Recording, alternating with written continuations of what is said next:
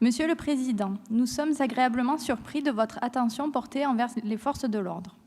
En effet, la révision générale des politiques publiques amorcée sous le quinquennat de Nicolas Sarkozy mettait en place le non-remplacement d'un fonctionnaire sur 2.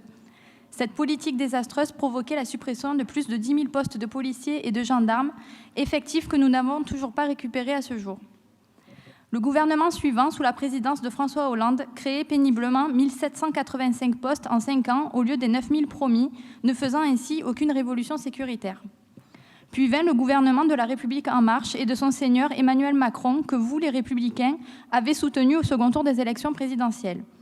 Dans le cadre du financement de la recapitalisation d'Areva et de l'allocation des demandeurs d'asile, Emmanuel Macron a tout simplement pioché de l'argent dans plusieurs ministères, prenant ainsi au passage 200 millions d'euros dans le budget des policiers et des gendarmes. Cette décision déconcertante démontre bien que ce gouvernement que vous avez soutenu accorde plus d'importance aux immigrés clandestins qu'aux forces de l'ordre.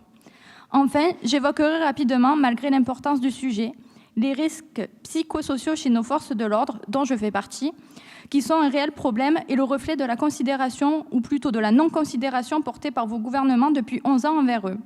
En 2017, 45 policiers et 16 gendarmes se donnaient la mort. Les années précédentes furent encore plus dramatiques et l'année 2018 n'est pas rassurante. Après 11 années de baisse d'effectifs, de budget, de considération et donc de morale, et dans le cadre d'un laxisme effrayant concernant la délinquance et d'une menace terroriste islamiste pressante, il est temps de prendre en compte le malaise chez nos forces de l'ordre et d'arrêter les beaux discours pour passer aux actes. Le Rassemblement national de Marine Le Pen soutiendra sans cesse les hommes et femmes qui contribuent à la sécurité de notre pays. Nous serons toujours derrière eux pour les aider et les remercier de leur courage et dévouement. Pour conclure, Monsieur le Président, nous voterons bien entendu cette délibération.